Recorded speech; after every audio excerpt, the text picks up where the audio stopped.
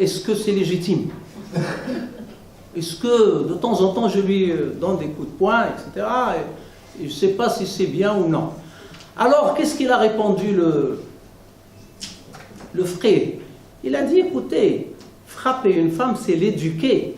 Et ça fait partie de l'islam. Wadribuhunna.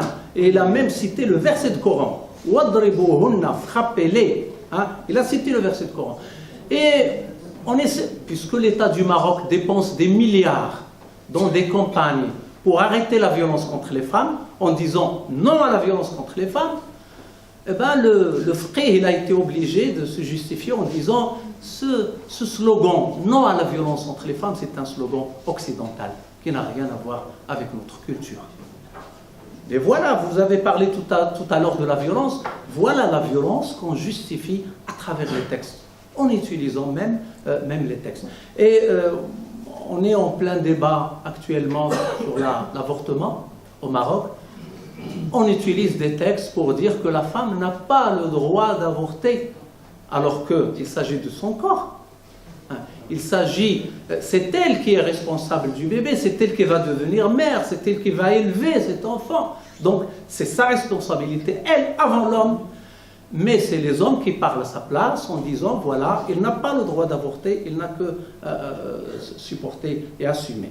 Alors que, donc, le débat continue au Maroc actuellement sur l'avortement, mais il est certain qu'il va y avoir une loi de l'avortement pour la première fois. Parce qu'il y a des années, l'avortement est interdit au Maroc, il est considéré comme quelque chose qui est haram, au sens religieux du terme. D'un autre côté, il y a tout un débat sur les libertés individuelles au Maroc. Et on instrumentalise des textes pour priver les individus de leur liberté. Même la liberté de la création littéraire ou artistique. Quand on considère que créer, même dans le domaine artistique, est quelque chose qui ne doit pas dépasser des limites, là, ça devient difficile à accepter parce qu'un poète ou un dessinateur ou un artiste peintre doit attendre d'abord qu'on lui trace ses limites, que les religieux lui tracent les limites pour qu'il puisse créer. Alors là, c'est inacceptable parce que dans le domaine de la littérature ou l'art, il n'y a pas de limite de la création. L'homme est libre de créer. Et puisqu'on est dans le domaine du symbolique, on a le droit de créer jusqu'à l'infini. Mais chez nous, il y a des religieux qui essayent de mettre des lignes rouges. Et ils utilisent des versets du Coran, ils utilisent également des dires du prophète pour justifier leur comportement. Voilà. C'est quoi la charia? C'est ce que j'ai appelé la pensée religieuse, tout simplement. C'est une pensée humaine qui a été faite par des humains, et qui a été inventée dans un contexte donné, dans un moment de l'histoire, qui était lié à des enjeux de l'époque, mais qu'on essaie d'imposer aujourd'hui à une société qui n'a plus rien à voir avec la société ancienne. Par exemple, en ce qui concerne la relation homme-femme, il était géré par le fiqh dans le cadre d'un partage de rôles. Il y avait un partage de rôles dans la charia. Le rôle de l'homme, c'est de travailler pour gagner de l'argent et pour nourrir une famille. Le rôle de la femme, c'est de rester à la maison pour enfanter et pour préparer à manger à cet homme. Donc le partage des rôles, c'était clair, charia. Mais ce rôle-là n'est plus acceptable aujourd'hui. Les ulama, au début du XXe siècle, quand on a commencé à appeler à la scolarité des filles, ils ont écrit, et on a les textes, ils ont écrit que si jamais la fille rentre à l'école, ça va être une véritable catastrophe et toute la société va être chamboulée. Ils ont refusé. Mais finalement, dans le cadre c'est-à-dire dans l'époque coloniale, la fille a pu accéder à l'école et on a maintenu la même chose après l'indépendance et il y a eu la scolarité finalement qui a été généralisée pour les filles et pour les garçons. Et les clercs se sont tus, c'est-à-dire on ne parle plus de ça. le droit de la fille à être scolarisée n'est plus discutable. Ça veut dire quoi? Ça veut dire finalement que Sharia, face à la réalité, quand quelque chose s'impose, il recule. Il recule. Au début, il s'acharne contre tout ce qui est nouveau. Même le thé, il a été interdit. Même le thé, il y a 3 siècles. On a des textes où les fuqaha musulmans ont considéré que le thé est quelque chose de dangereux qu'il faut interdire. Et ils l'ont interdit. Puis ils ont commencé avec la marchandise qui a commencé c'est-à-dire à être diffusée un peu partout, ils ont commencé à accepter petit à petit. Aujourd'hui, ce sont les plus grands buveurs de thé.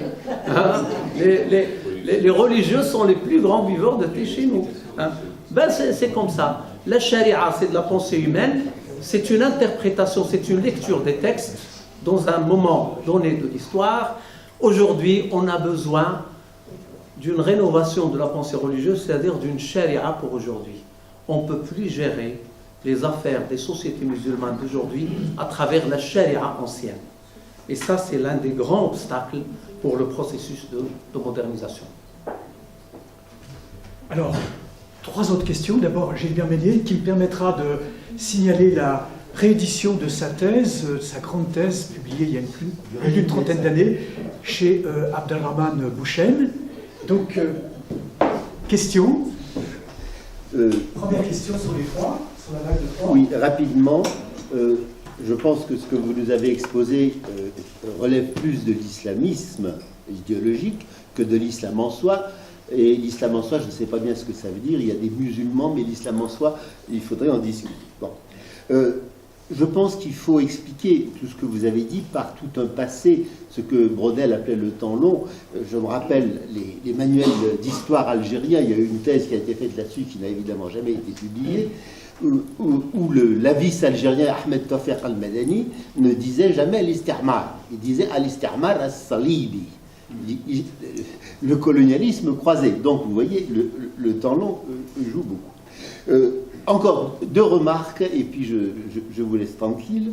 Je crois que les tabous et l'obscurantisme ne sont pas du tout une spécificité de l'islam.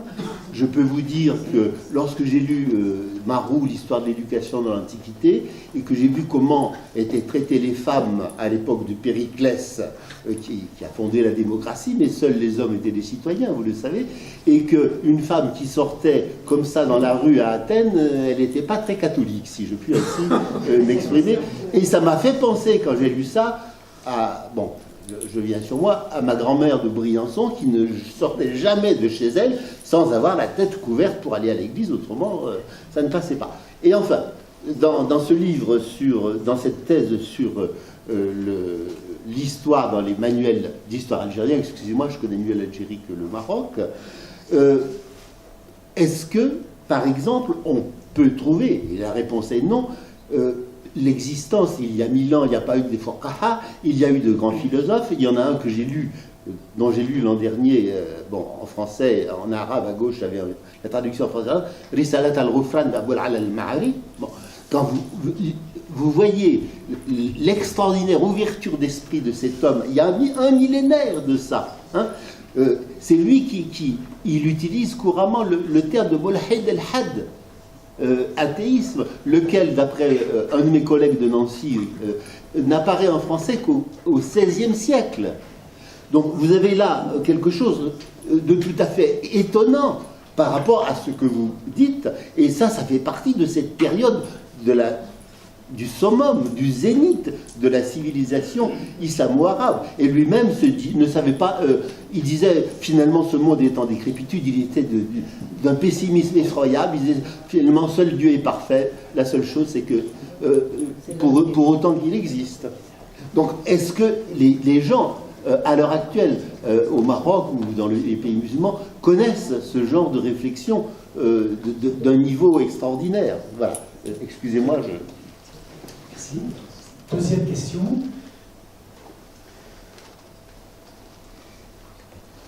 Merci. Monsieur. Et oui. Monsieur, au fond. Le Maroc a investi des milliards pour former des imams un peu partout dans le monde, aussi bien des Asiatiques, des Africains. Ne craignez-vous pas justement de régénérer un nouvel islam encore plus conquérant que le premier? Et finalement, ne faut-il pas mieux laisser s'affaisser l'islam et faire revenir d'une certaine manière la vérité en avant de la scène politique et même socio-culturelle en Afrique du Nord? Oui.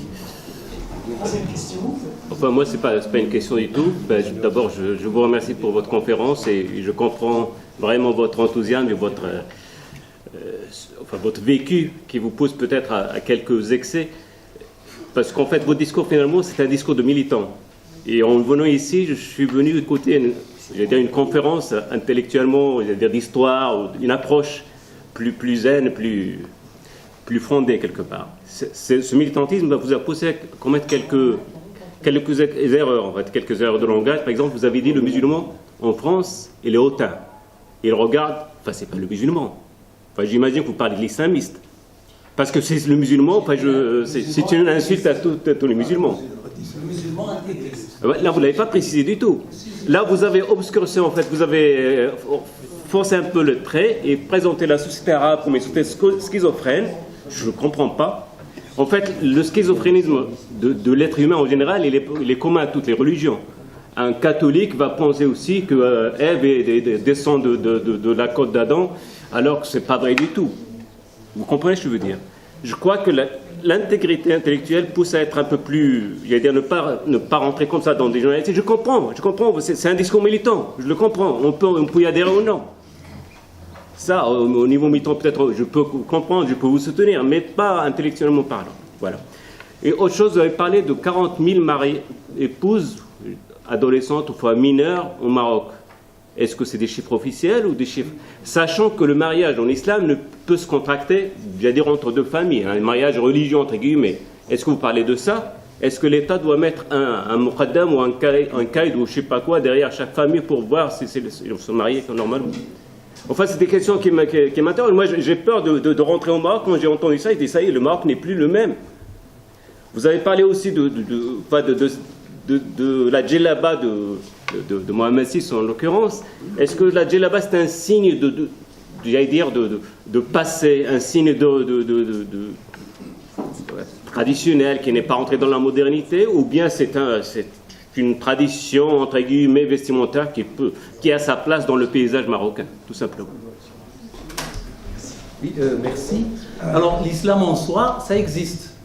En fait, c'est les textes. L'islam en soi, c'est les textes. Mais en lisant les textes, on peut donner une interprétation qui est compatible avec le vécu, avec le réel, avec la modernité, mais on peut également faire une lecture qui est contradictoire avec, avec le sens même de l'histoire. Donc l'islam en soi, ça a toujours existé, ça ne pose pas problème. Pour moi, ça n'a jamais posé problème, l'islam en soi. Mais ce qui pose problème, c'est les interprétations et les lectures. Et je suis vraiment navré de vous dire que les lectures qui règnent, hein, c'est des lectures qui sont incompatibles avec le processus de démocratisation et de modernisation. Je parle des pays musulmans. Et c'est ce qui explique justement le blocage. Pourquoi ces pays n'ont pas beaucoup avancé. Et pourquoi même, il y a des fois qu'on revient en arrière. En Irak, par exemple, le code de la famille de 58 est supprimé maintenant. Et entre 15 et 20 femmes sont tuées chaque mois à cause du côté vestimentaire, à cause des habits. On tue 15 jusqu'à 20 femmes chaque mois, hein, en Irak. Et tous les droits qui ont été acquis depuis 58 ont été supprimés. Et on revient en arrière 14 siècles. Ça se passe en Irak aujourd'hui. Et c'est basé sur des textes, c'est basé sur des lectures. En ce qui concerne l'épanouissement de la civilisation musulmane, ça s'est passé réellement les 4 premiers siècles, entre le 1er siècle de l'Hégire et le 4e. Et c'était dû à la traduction. C'est-à-dire un calife qui est Abdullah al-Ma'moun, qui est le chef de l'État religieux musulman en Irak à l'époque, avait décidé de traduire tout le patrimoine gréco-latin en arabe. Et c'est comme ça que les musulmans connaissent les mathématiques, la géométrie, la philosophie grecque. Et c'est comme ça qu'il y a eu toute une nouvelle génération de penseurs dont vous avez parlé. Hein. Il y avait Avicenne, Farabi, Averroès, etc. Il y avait les grands poètes comme Ma'arri, comme Abou Nouas, etc. Il y avait un certain épanouissement, une certaine ouverture sur le monde. Mais malheureusement, depuis le milieu du IVe siècle, on a commencé à se renfermer sur nous-mêmes avec les écoles, ce qu'on appelle le Madaris Nidamiya, les écoles du vizir Nidam al-Mulk, qui avait décidé finalement d'arrêter toute rénovation de la pensée religieuse et de considérer que l'islam, ça y est, il est là, il est complet, on ne peut plus rien ajouter. Et c'est l'époque qui a connu Al-Ghazali, Abu Hamid Al-Ghazali, qui a théorisé pour cette époque-là et pour la fermeture, c'est-à-dire du raisonnement logique. Et depuis, on a commencé à entendre les ulama qui disent « Man tamantaqata zandaqa » celui qui pense logiquement, il devient mécréant. C'est-à-dire, il ne faut pas penser logiquement, il faut uniquement lire les textes et les appliquer tels qu'ils sont. Ça a commencé à la fin du IVe siècle de l'Égypte. Donc il y a eu un problème, il y a eu un épanouissement dû à l'échange civilisationnel. Hein. Claude Lévi-Strauss l'a toujours redit, hein, une civilisation s'épanouit avec l'échange et avec l'ouverture et se tue dans l'isolement. Quand il s'isole, il se tue. Et c'est ce qui s'est passé pour la civilisation musulmane. Après le IVe siècle, on s'est renfermé sur nous-mêmes, puis il y a eu la décadence, ce qui explique le soufisme. Après, puis les zaouïas, etc., les gens ont commencé à se regrouper autour des zaouïas et à essayer de s'isoler dans des expériences spirituelles, ésotériques, etc. Et puisque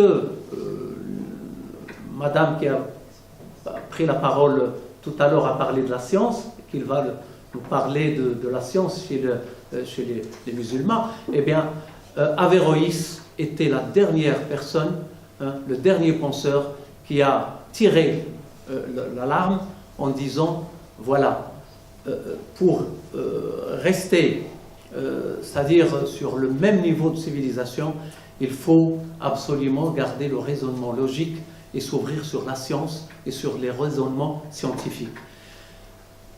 Averroès a été repris par l'Occident 4 siècles après. Pendant 4 siècles, il a été lu et relu. Mais malheureusement, chez lui, on a brûlé ses livres à Marrakech et à Granada, hein, et à Cordoba. Hein, Cordoba. Il était Qadi al-Qudat, il était le grand juge de Cordoba.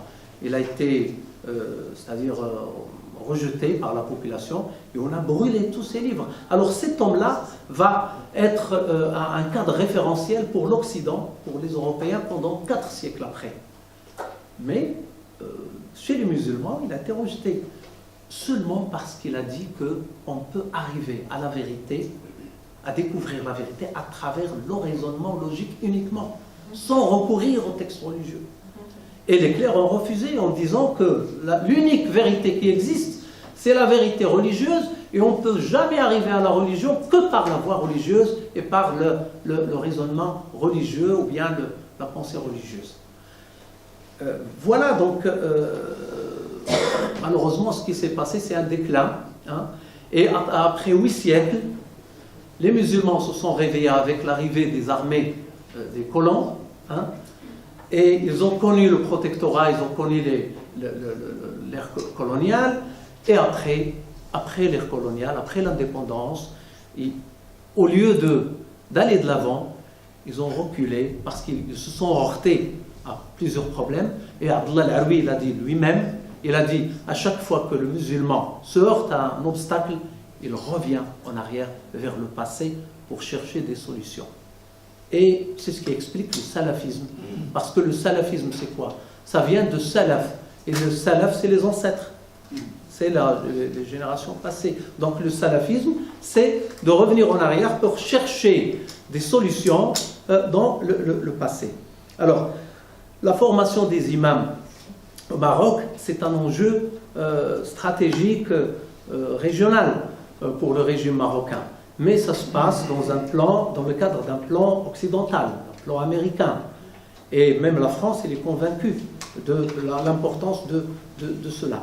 Le Maroc considère que la monarchie marocaine, qui joue un rôle de maintien d'équilibre interne et qui maintient également un islam modéré, c'est-à-dire qui le finance et qui l'adopte, peut devenir un cadre référentiel pour former des imams de la région. Et cet institut a déjà commencé. Il a été instauré à côté de l'IRCAM, de l'Institut à Mazir, à Rabat, et il a commencé à former des imams, notamment de l'Afrique subsaharienne et de quelques pays maghrébins.